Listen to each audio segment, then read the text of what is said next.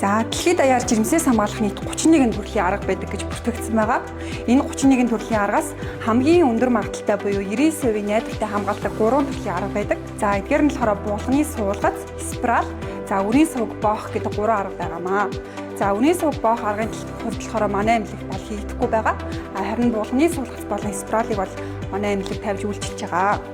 За эдгээр аргуудыг тавиулах хамгийн боломжит хугацаа нь сарын тэмдгийн 5-7 дахь өдөр буюу эхний 7 хоног дотор багтаж тавиулах нь хамгийн зөв байдаг. За охтуудын хувьд хамгийн их буруу ойлгосон байдаг зүйл нь болохоор спираль тавиулаад би ингээд таргалах уу, сэтгэл санаа маань өөрчлөгдөх үү гэдэг их асуудаг. За бид хэдийн хувьд болохоор дандаа дааваргүй спираль ер нь бол тавьж үйлчилж байгаа.